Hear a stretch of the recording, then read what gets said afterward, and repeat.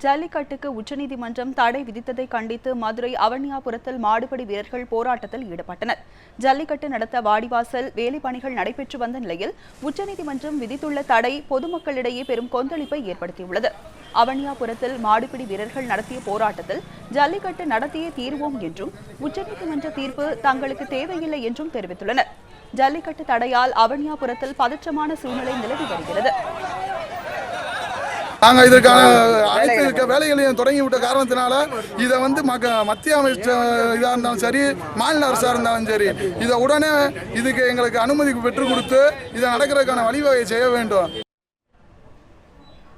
தமிழகத்தில் ஜல்லிக்கட்டுக்கு விதிக்கப்பட்டுள்ள தடையை விலக்கிக் கொள்ள கோரி மதுரையில் பொதுமக்கள் தொடர் போராட்டத்தில் ஈடுபட்டுள்ளனர். ஜல்லிக்கட்டுக்கு விதிக்கப்பட்டுள்ள தடையை நீக்க கோரி மதுரை அலங்காநல்லூரில் கடைகள் அனைத்தும் அடைக்கப்பட்டுள்ளன. பொதுமக்கள் சாலை மறியலில் ஈடுபட்டதால் அங்கு போக்குவரத்து பாதிக்கப்பட்டது.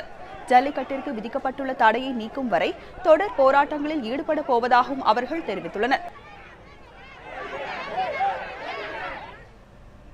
இதேபோல் மதுரையில் பாலமேட்டில் பொதுமக்கள் வீடுகளில் கருப்பு துணிகளை கட்டியும் மொட்டையடித்தும் போராட்டத்தில் ஈடுபட்டனர். ஜல்லிக்கட்டுக்கு விதிக்கப்பட்டுள்ள தடையை நீக்க மத்திய மாநில அரசுகள் நடவடிக்கை எடுக்க வேண்டும் என அவர்கள் கோரிக்கை விடுத்துள்ளனர்.